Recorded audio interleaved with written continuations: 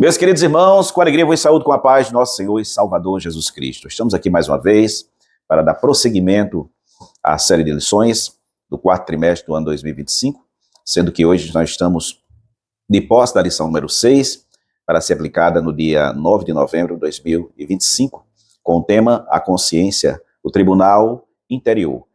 Esse tema é baseado na série de lições com a temática Corpo, Alma e Espírito, lições bíblicas, comentada pelo pastor Silas Queiroz, e aqui estamos para cooperar, trazendo o nosso incentivo para todos também contribuírem, assistindo e também participando fisicamente na sua igreja, na Escola Bíblica Dominical. Eu sou o irmão José Arilton Cândido, cooperador auxiliar dos trabalhos eclesiásticos da Igreja Evangélica Assembleia de Deus em Patu, coadjuvando junto à congregação como dirigente, auxiliando nosso pastor Daniel Faustino de Lima, quem nós temos a nossa satisfação, a grata satisfação de agradecer pela oportunidade e também pelo incentivo de poder cooperar na Escola Bíblica Dominical, onde sou aluno desde a minha juventude. Muito bem, meus queridos, nós estamos a apreciar o tema da lição, que traz para nós uma grandeza de conscientização, como que funciona a nossa consciência ante um tribunal que é formado por cada cristão, por cada ser humano. Ele pode ter a certeza absoluta que a consciência dele é um tribunal para distinguir entre o certo e o errado. Ou seja, ele tem essa capacidade de saber entre o certo e o errado. Portanto, a consciência, ela é sabedora, ela é um sensor ou um detector do certo e o errado. O textual da nossa lição diz assim: e por isso procuro sempre ter uma consciência sem ofensa, tanto para com Deus como para com os homens. Atos dos Apóstolos, capítulo 24, versículo 16. A verdade prática, o nosso comentador, pastor Silas Queiroz, ele trata aqui da verdade prática com uma dinâmica maravilhosa, que diz o seguinte: diante da crescente degradação do padrão moral do mundo, o cristão deve apegar-se cada vez mais à sã doutrina para ter sempre uma boa consciência. Eu gostei desta didática da sã doutrina. Todo cristão, ele deve se posicionar observando os preceitos de Deus, que é a nossa sã doutrina. O que é a sã doutrina? A mensagem genuína da Bíblia Sagrada. Quando nós se posicionamos observando a sã doutrina para estarmos de acordo com a sã doutrina, podemos dizer que nós temos o antídoto, que é a forma que neutraliza os efeitos danosos, os efeitos venenosos que degradam a vida moral e a vida espiritual do homem, da mulher, da moça, do rapaz, enfim. A igreja está preparada com esse antídoto chamado sã doutrina, para que assim seja uma pessoa sempre fortalecida e se sinta cheio da autoridade do Espírito Santo. Pois todo aquele que observa a palavra de Deus, ele é uma pessoa que tem a autoridade do Espírito Santo, porque o Senhor enche ele do Espírito Santo. O homem, ele não se enche do Espírito Santo de Deus sem a autoridade máxima, que é a palavra de Deus. O homem não se enche do Espírito Santo apenas com essas vãs filosofias que se ensinam por aí, com grito, com algazarra, com pulos. Não, nada disso. É a sã doutrina que realmente fortalece o cristão no padrão em que ele deve viver ante uma situação mundana. E esta situação mundana é justamente provocada pelo homem sem Deus. Então ele, estando de posse da sã doutrina, observando a sã doutrina, ele é uma pessoa valorosa para combater todo e qualquer tipo de situação que venha denegrir os padrões doutrinários da palavra de Deus. Eu estou me firmando nesse conceito, ou neste conceito, porque vale a pena observar que a consciência, que é o tribunal interior, é maravilhoso para nós como um convite para refletirmos sobre a consciência como tribunal interior, constituído por Deus com a capacidade acusadora, com a capacidade defensora, capacidade também julgadora dos nossos atos diante de um mundo humano moralmente corrompido pela natureza caída do homem, gerando pelo pecado tudo que ofende a integridade do nosso Senhor Deus. Nesse sentido,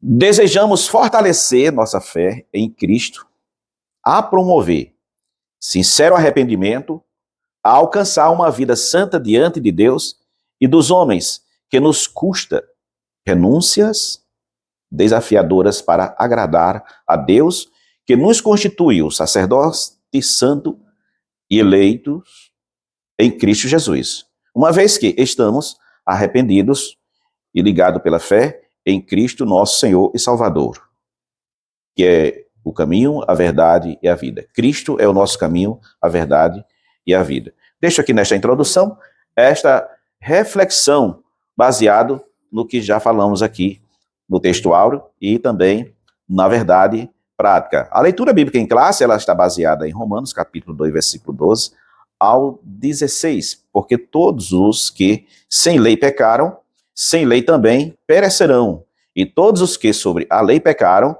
pela lei serão julgados, porque os que ouvem a lei não são justos diante de Deus, mas os que praticam a lei hão de ser justificados. Porque quando os gentios que não têm lei fazem naturalmente as coisas que são da lei, não sendo eles lei, para si mesmos são lei, os quais mostram a obra da lei escrita no seu coração, testificando juntamente a sua consciência e os seus pensamentos, que acusando-os, quer defender-os no dia em que Deus há de justificar os segredos dos homens, por Jesus Cristo, segundo o seu, ou melhor, segundo o meu evangelho. O meu evangelho aqui é o evangelho do Senhor Jesus Cristo. Na introdução, nosso comentador, ele comenta o seguinte: Deus fez o ser humano com um senso moral chamado consciência, que acusa, defende e julga. Funciona segundo a lei moral comum a todas as pessoas. As escrituras sagradas e outras fontes normativas, como a família, a igreja e o Estado. A consciência escrutina e emite juízo sobre todo o comportamento humano. Portanto, aqui está o ponto importante da introdução desta lição, que a nossa consciência, ela faz uma averiguação e emite juízo sobre todo o comportamento humano. E eu acho isto maravilhoso, porque a nossa consciência, ela aprova justamente para nós que somos seres humanos, que não somos perfeitos, e que prova também que dependemos de um superior. Independente se esta pessoa já conhece a Cristo como Salvador ou não. Quando nós conhecemos a Cristo, e esta lição, ela traz para nós uma exortação para observarmos os preceitos do Senhor acerca da nossa sã consciência, podemos afirmar que o Senhor, Deus, na sua infinita misericórdia, ele proporcionou para o homem, sendo este homem pecador, porque caiu e necessitou do acompanhamento divino, e a misericórdia de Deus estabelecida em Cristo Jesus pôde trazer para nós a grata alegria, a grata satisfação de entendermos que nós somos pecadores, porque a nossa consciência ela nos acusa disto, a nossa consciência nos acusa de que caímos e nós vivemos uma natureza caída, e para que esta natureza caída ela não corrompa a nossa vida espiritual, que nos garante a vida eterna, ela traz para nós a linguagem íntima que ela é lida por cada um de nós, conscientemente falando. O ponto 2 da nossa lição diz antes e depois da queda. Esse antes da queda, ela remete ao entendimento de que este homem era um homem inocente, era uma pessoa que não era transgressor, era uma pessoa que não tinha pecado, era uma pessoa que não tinha desobedecido, era uma pessoa que estava dentro do contexto do plano divino estabelecido para o homem. E, no ponto 2, percebemos que o comentador fala a primeira manifestação da consciência. A consciência é uma faculdade inata, ou seja, todos nascem com ela. É como um sensor instalado na alma humana. Alguns teólogos consideram que seja no espírito. Não há consenso sobre isso, assim afirma o nosso comentador. Não há consenso se a consciência está instalada na alma ou no espírito. E há muitas interpretações que, na verdade, tumultua o entendimento espiritual. Se é na alma ou no espírito, eu também não sei afirmar. Mas eu posso afirmar que a alma e o espírito, ela contribui diretamente para que esta consciência, ela funcione de uma maneira perfeita, sem deixar o homem entender que ele é uma pessoa criada por Deus e que esta pessoa caiu, desobedeceu e que ela necessita da reconciliação com Cristo Jesus. Todo homem, ele tem esta consciência funcional para assim dizer para ele mesmo, você é uma criatura e você precisa de Deus. Você precisa de restauração, porque toda a natureza geme. Quando nós não temos Cristo na nossa vida, nós passamos a viver um padrão de vida dentro de uma expectativa de juízo eterno. E aqui o comentador diz, não há consenso sobre isso. É uma capacidade dada por Deus para o homem discernir entre o certo e o errado. E assim orienta-se em suas decisões. Muito bem. O homem, ele é orientado dentro do seu fator de consciência, de praticar o bem ou de praticar o mal, ou nas decisões de administrar a sua vida material, a sua vida espiritual, a sua vida moral, a sua vida familiar, a sua vida no contexto enquanto testemunha no ambiente de trabalho, no ambiente da família, no ambiente da igreja, e a sua comunhão com Deus. Ele sabe se realmente está bem com Deus e também se está bem com todos os homens da terra. Conforme aqui o nosso comentador, ele escreve, trata da primeira manifestação da consciência, que foi justamente a experiência humana que o homem teve com Deus, e foi a consciência de que ele se achou diante de Deus de uma forma trágica quando desobedeceu o mandamento do Senhor. Deus estabeleceu uma lei específica, que foi justamente a proibição de não comer do fruto da árvore da ciência do bem e do mal, com o anúncio da penalidade no dia em que dela comeres, certamente morrerás. E foi o que justamente ocorreu. Quando o homem desobedeceu, ele sentiu o peso da penalidade da transgressão, ou seja, da desobediência. O homem se envergonhou, se entristeceu e passou a perceber que estava nu diante de Deus e diante de toda a criação e do jardim que Deus o estabelecera para que ele o morasse como sua casa aqui na terra. O homem transgrediu e experimentou o funcionamento acusativo da consciência, ou seja, A consciência acusou que ele era um culpado. Então, veio, mediante esta culpa, a vergonha, veio o medo. Então, tudo promovido por esta tragédia que nós chamamos de pecado. Ainda o comentador, no ponto primeiro da nossa lição, diz o direito natural. Todo ser humano nasce com um conteúdo normativo fundamental da alma, que é a lei moral, também chamada de lei da natureza ou direito natural. No Gênesis, isso é visto pela primeira vez em Caim, que feriu o direito natural, tirando a vida do próprio irmão. E experimentou uma trágica consequência.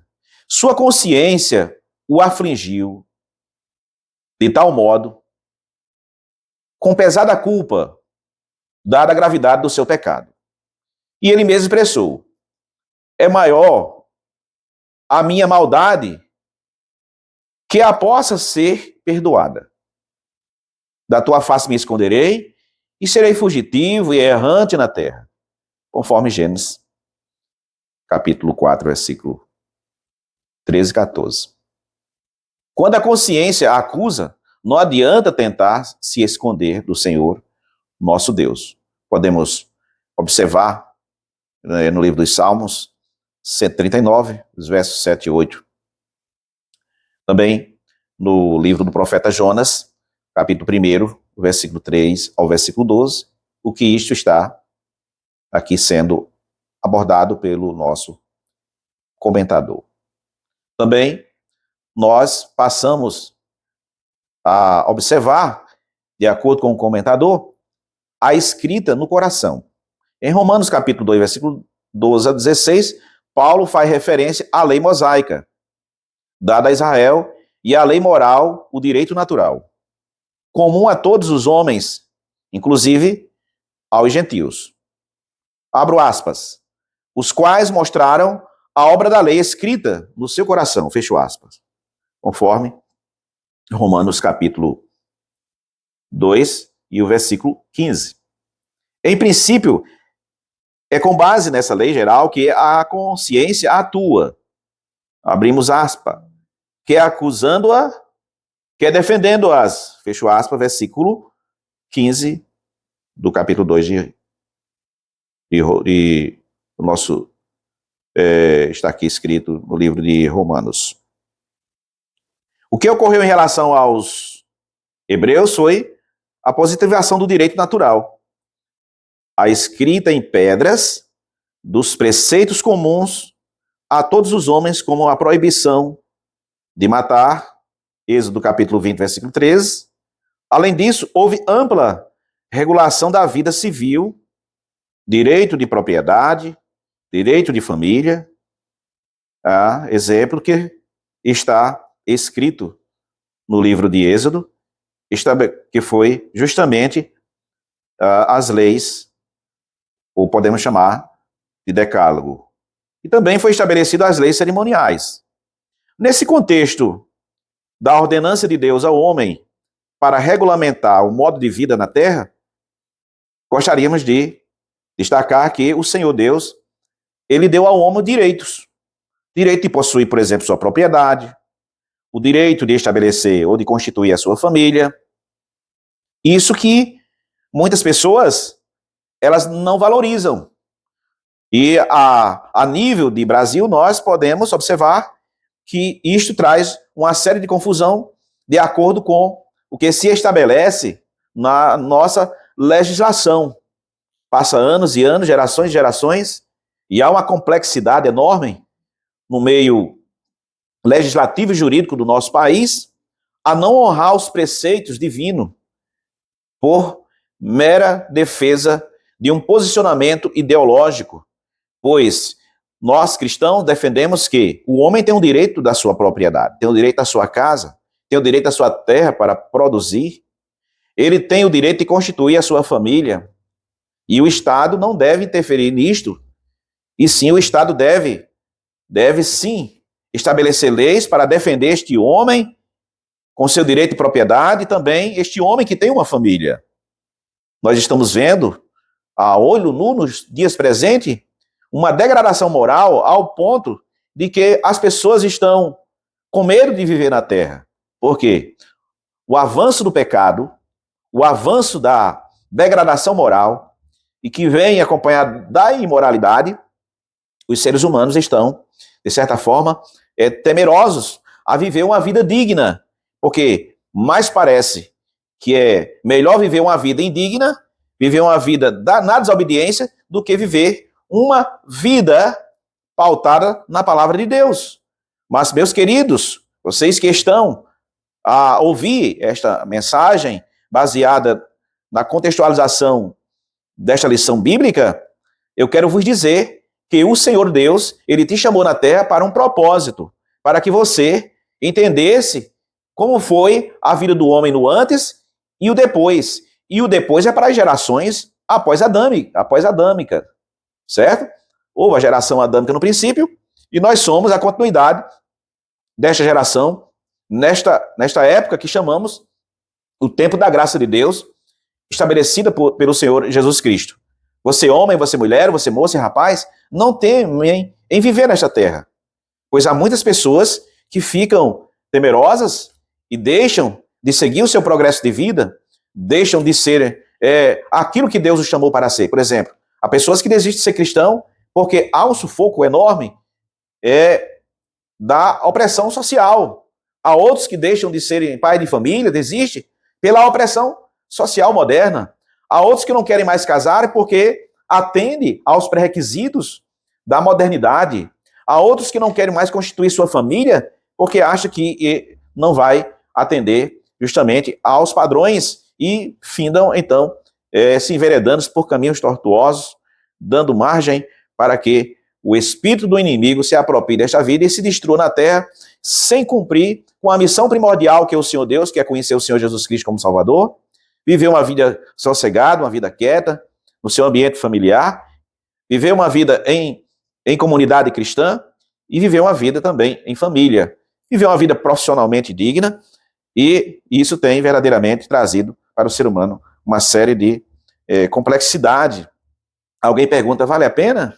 Vale a pena ser fiel? Vale a pena ser honesto?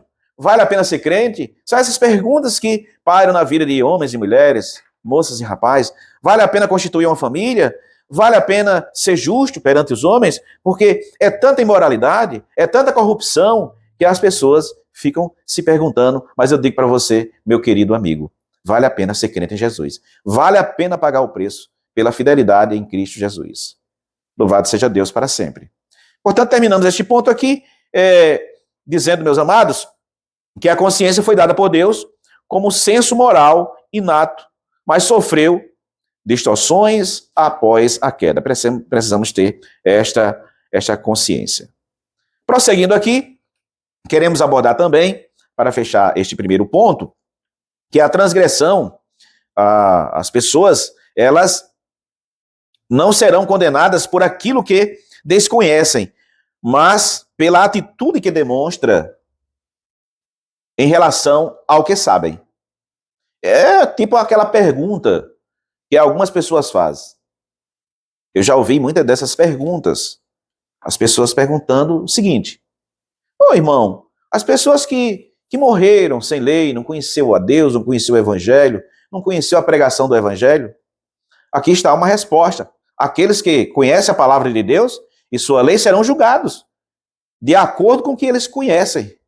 Os que jamais viram a Bíblia, mas sabem discernir entre o certo e o errado, serão julgados pelas transgressões que cometeram contra a própria consciência. A lei de Deus está inscrita nas pessoas. A lei de Deus, meus amados, ela não está escrita somente em um papel impresso. A lei de Deus não está escrita em placas, mas também Deus deu essa condição para que esta lei estivesse na consciência, entendendo entre o bem e o mal. E esta pessoa que nunca ouviu o Evangelho, mas ela sabe o que é o bem e o mal, e ela seguiu o bem, ela é julgada pelo bem que fez. Mas se ela resolveu seguir a maldade, ela é julgada justamente pela maldade que sua consciência também sabe que praticou a maldade. Aqueles que, porventura, que viajaram para outros países, poderão encontrar evidências da lei moral de Deus em cada cultura e sociedade.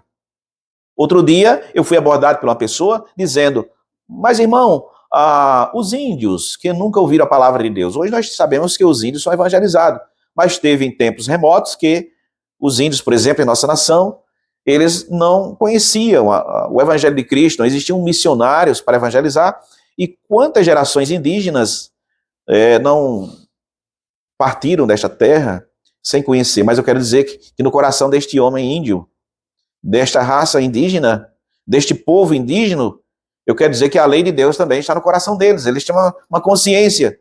E na sua cultura, de raça, de cores, de regiões, em todas as culturas, podemos observar que o Senhor Deus instituiu no coração de cada um para saber distinguir entre o bem e o mal. Muito bem. O ponto 2 da lição, nosso comentador fala sobre o funcionamento da consciência. Acusação, defesa e julgamento.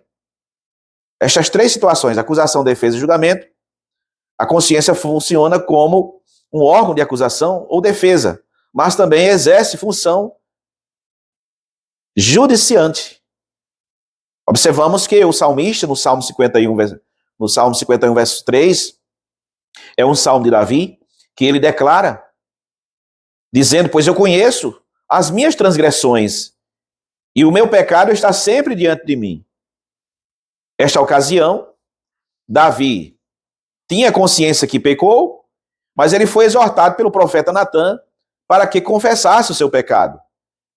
E Davi foi o homem que se arrependeu diante de Deus, reconhecendo o seu pecado, e ele nunca deixou de lembrar-se de que foi um transgressor diante de Deus. Ele expressa, conheça as minhas transgressões.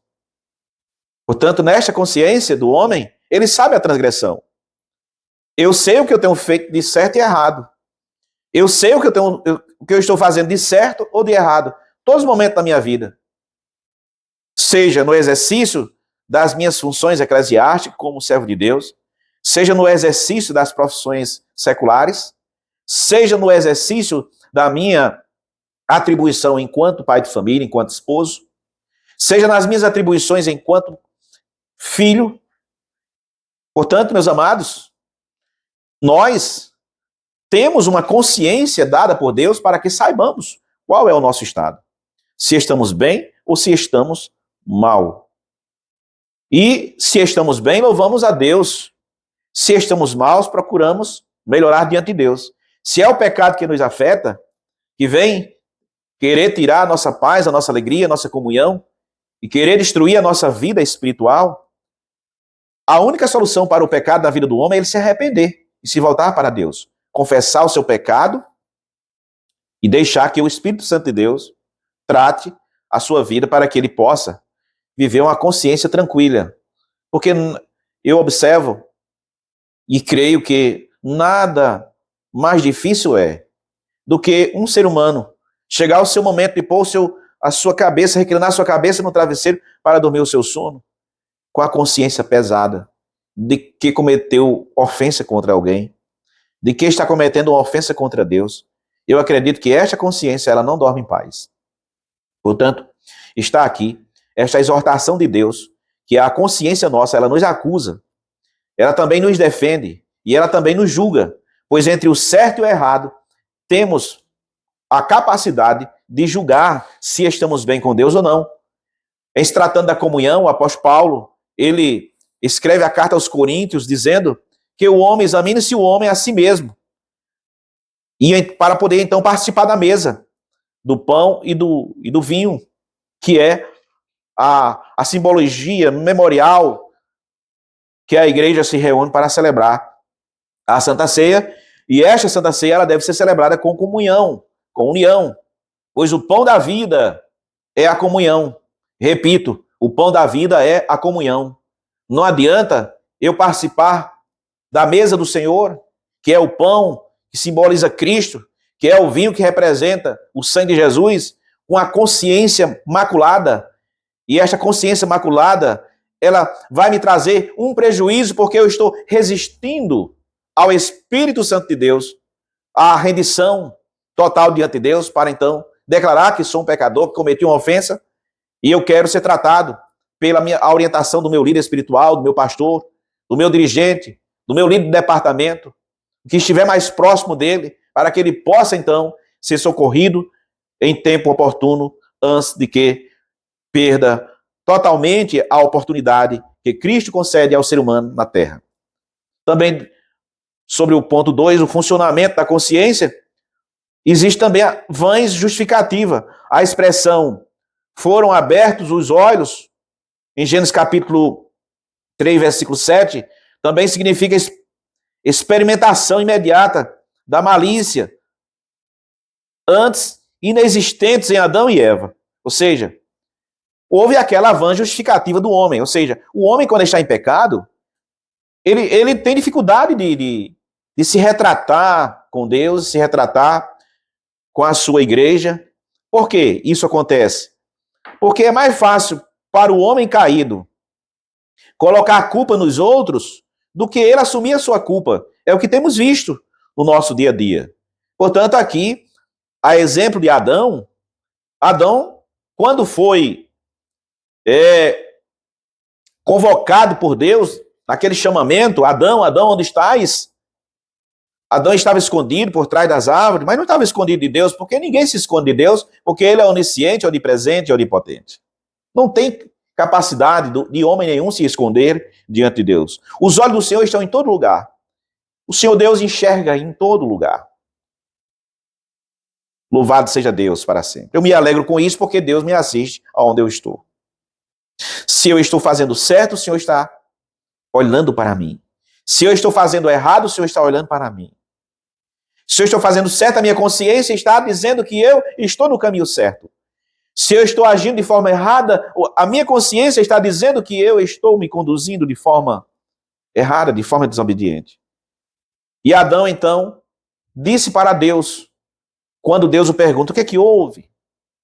O que está acontecendo, Adão? Deus queria que Adão se expressasse. E Deus quer que nós nos expressamos diante dele. E Adão disse, a mulher que tu me deste me fez comer do fruto.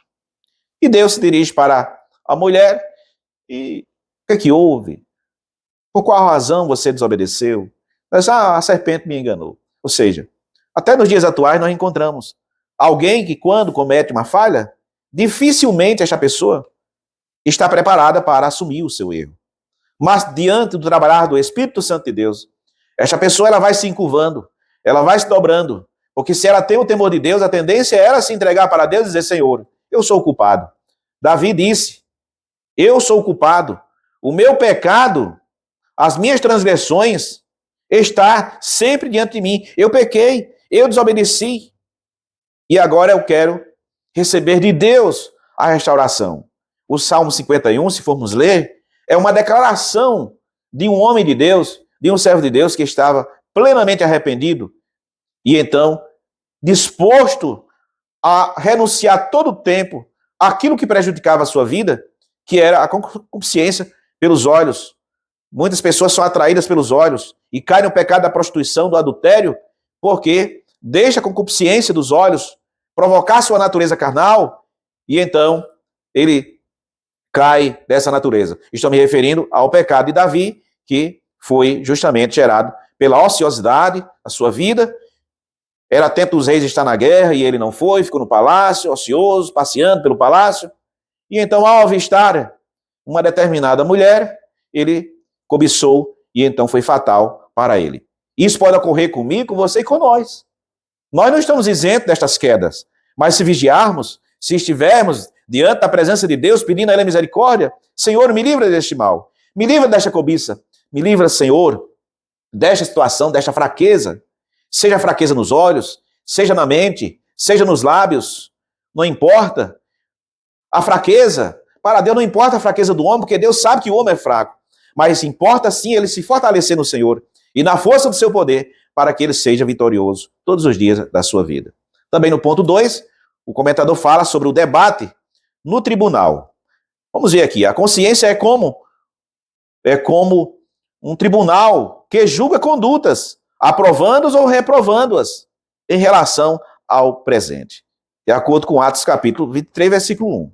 Eu gostei deste ponto de uma forma tal que eu fiquei fazendo uma análise da grandiosidade, da misericórdia de Deus para conosco. Por quê? O Senhor quer que o homem julgue a ele mesmo. O tribunal interior que há em mim, que é a minha consciência, é para que eu julgue a mim mesmo. E eu achei isto muito interessante, porque é comum das pessoas querer julgar o seu semelhante. Não falta argumento para as pessoas querer julgar o seu semelhante. E quando o semelhante cai em falta, misericórdia. Enquanto estamos bem diante de Deus, há aqueles que ficam na espreita. Fulano só quer ser santo. Fulano só quer ser isso. Então o crente na presença de Cristo, ele recebe pelos seus, da sua própria comunidade, muitos apelidos. Ah, fulano só quer ser santo, fulano só quer ser honesto. Ora, é a busca que nós temos diante de Deus é de buscar o aperfeiçoamento. Porque nós sabemos, a nossa consciência nos acusa que somos imperfeitos. Portanto, queremos buscar cada dia o aperfeiçoamento. E quando alguém encontra o seu irmão em falta, o que é que ele deve fazer? Ir até seu irmão, procurar corrigir aquela situação, dentro das atribuições onde ele está realmente agindo como servo de Deus, não como julgador daquela vida. Pois, se minha esposa, por exemplo, percebe que eu estou me enveredando para um determinado fim, que estou entrando em falta diante de Deus e diante dos homens, ela tem a autoridade de me exortar. Meu esposo, você perceba que você está deslizando com este tipo de comportamento. Então ela tem a autoridade de me exortar. Estou citando aqui o exemplo da esposa, porque é que está sempre presente conosco. Porque quem conhece o marido é a esposa. E quem conhece a esposa é o marido. Quem conhece os filhos é o pai. E quem conhece o pai é os filhos. Isso não resta dúvida. E quando nós estamos convivendo com homens e mulheres, moças, rapazes, crianças, no ambiente da nossa igreja, que é a comunidade cristã, nós temos por dever orar e vigiar. E também, cada um ser instrumento de exortação um do outro, para que assim possa auxiliar nas demandas existentes do dia a dia. Em casos que verdadeiramente nós estamos, mesmo que acusações externas, existe, de acordo com o comentador, as acusações externas prevalecentes, como ocorria também no tempo de Paulo, sobre a carreira ministerial de Paulo, ou seja, todos nós estamos sujeitos a sofrer acusações internas e as acusações externas. Qual é a acusação interna? Primeiro, parte do nosso interior. Essa é a acusação interna, parte da minha consciência. E a acusação externa são aquelas que nós nos sentimos sendo julgados pelas pessoas, daquilo que falamos, daquilo que agimos, da maneira que trabalhamos, da maneira que realizamos. Então, nós somos alvos também de acusações externas, fazendo o certo ou errado. No caso, Paulo estava agindo errado, mas tinha acusações externas. Se, meus amados, nós estamos sendo acusados externamente, porque estamos em pecado, devemos nos corrigir, devemos nos arrepender, devemos pedir perdão. Meus amigos, meus irmãos, eu pequei. Eu estou com minha consciência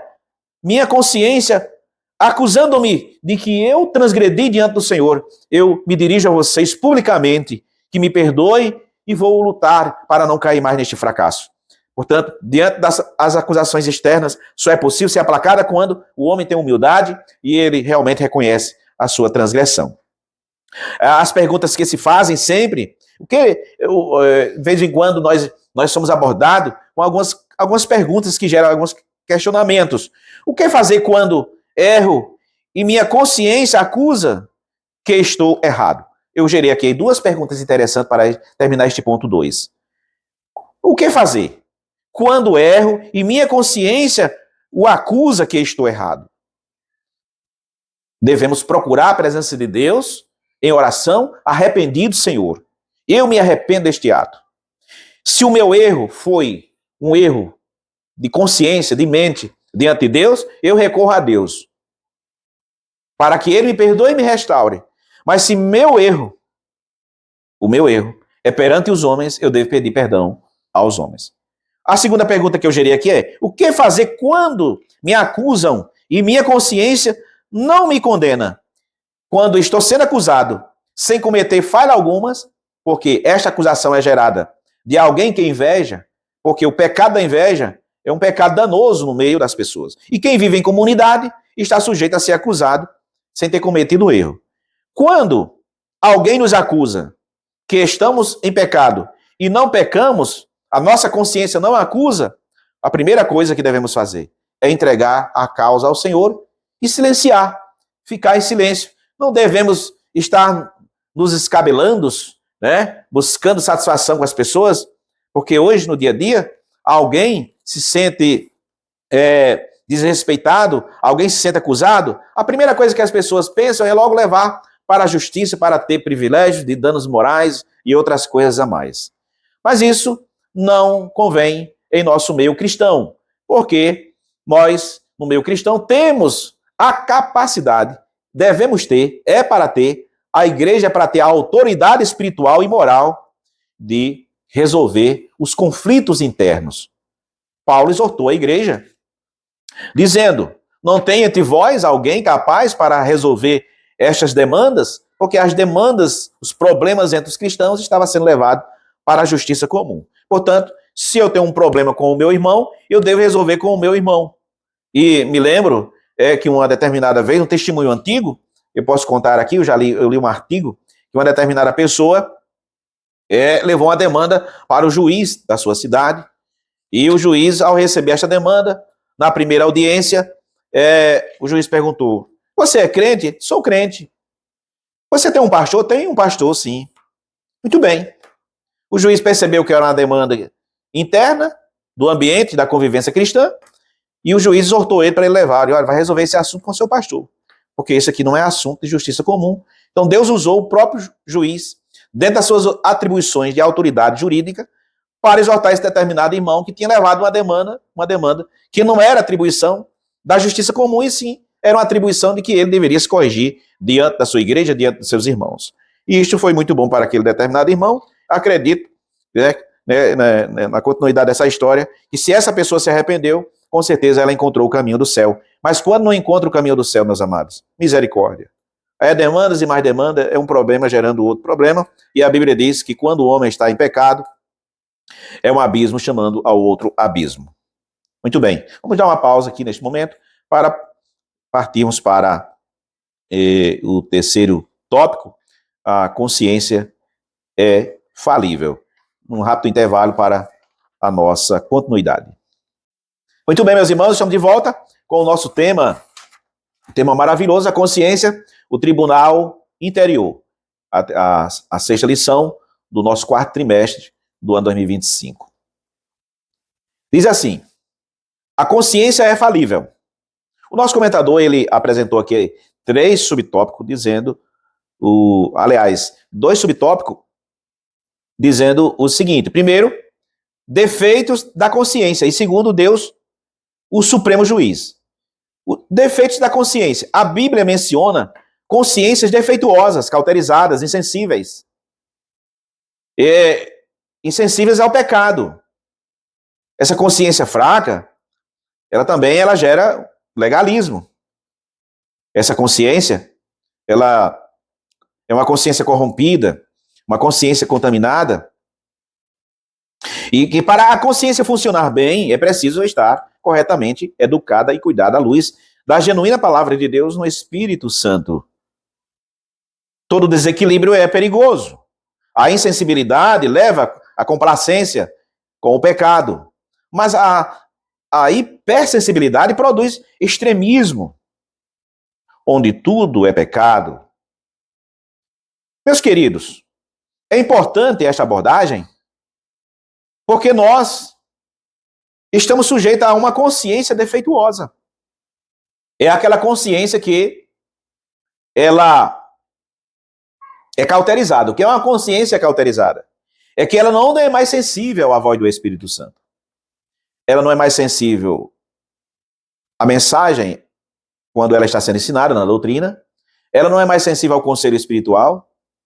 Ela torna-se uma pessoa capaz de ser dona da sua própria vida e não aceita mais conselho de ninguém, e ainda torna-se uma pessoa legalista no meio da convivência cristã. Ou seja, tudo para essa pessoa é pecado esta pessoa torna-se uma pessoa mais santa do que todas. E todos os demais são pecadores. E então ele dissemina escândalos no meio da congregação. Porque esta pessoa tem uma mente cauterizada, não olha mais para os seus defeitos e tem uma habilidade extrema de fazer observâncias às qualidades morais e espirituais de outras pessoas. Então esta é uma consciência defeituosa que precisa ser tratada pelo arrependimento junto ao trono de Deus. Por quê? O trono de Deus libera graça e paz e santidade para que venhamos nos purificar quando somos conscientes dos nossos fracassos, dos nossos pecados, de nossas petulâncias. Há pessoas que acham-se santo e todos os demais são fariseus. Se escuta muito isto em nosso meio. Se escuta muito isto nas mídias.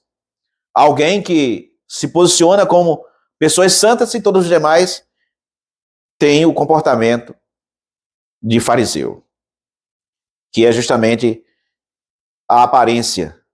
Mas devemos observar que nós não devemos cair neste tipo de pecado, de uma consciência defeituosa, mas devemos buscar em Jesus a capacidade de sermos sarados e sermos pessoas abençoadas, sensíveis à voz do Espírito Santo, para cuidar de nós mesmos, primeiramente, e ajudar aqueles que necessitam de auxílio.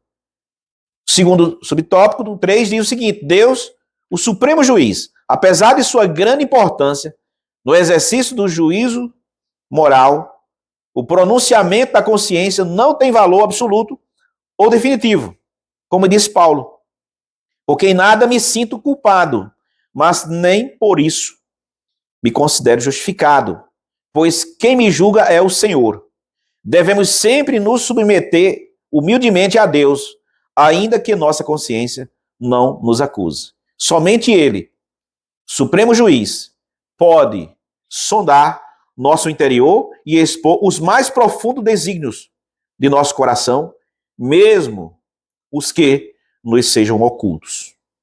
Às vezes, nos consideramos corretos e precisamos ser confrontados para reconhecer o nosso pecado. Isto é verdade. Há exemplo de Davi, há exemplo de Pedro, há exemplo de Davi, quando permaneceu insensível e rigoroso até ser repreendido através do profeta Natan. Há exemplo de Pedro, precisou ouvir o canto do galo. Pecados do espírito, como soberba e orgulho, são os que mais se escondem. É verdade. Eu gerei uma observação aqui, neste ponto, que diz o seguinte: o pecado do espírito do homem é discernido pela igreja de Cristo. Quando o homem resiste no seu orgulho, na sua soberba, a igreja tem o discernimento de saber como que eu estou procedendo. A igreja sente, ela percebe. Portanto, não há pecados ocultos, mesmo o homem se esforçando para esconder. Isto é maravilhoso. Me alegro com a soberania de Deus sobre nossas vidas. A consciência pode ser corrompida ou enganada, e só funciona corretamente quando guiada pela palavra e pelo Espírito Santo de Deus.